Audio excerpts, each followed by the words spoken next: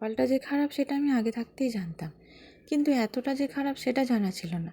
যাই হোক, যেহেতু আমার 1 মাস হয়ে গেছে পায়ের প্লাস্টারটা কাটতে হবে, সে কারণে বুধবারে চলে গেছিলাম ডাক্তারখানায়। ডাক্তারখানায় যেয়ে আমার মনটা খুব খারাপ হয়ে গেছিলো।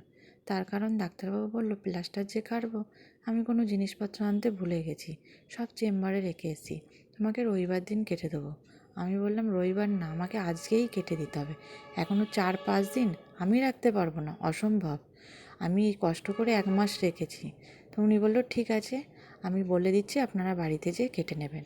তো আমার বরকে ভালো করে বুঝিয়ে বলে দিলাম, বাড়িতে যেয়ে জলে পাটা ভিজিয়ে রাখবেন কিছুক্ষণ, তারপরে একটা সরু হালকা ছোট রড নিয়ে প্লাস্টারের উপরে বাড়ি মারবেন, দেখবেন প্লাস্টারটা ফেটে যাবে, দিয়ে ব্লেড দিয়ে টানবেন, দেখবেন প্লাস্টারটা খুলে যাবে।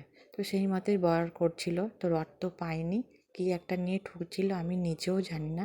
তো যখন খুলছিল আমার খুব আনন্দ হচ্ছিল যে আমি হাঁটতে পারবো।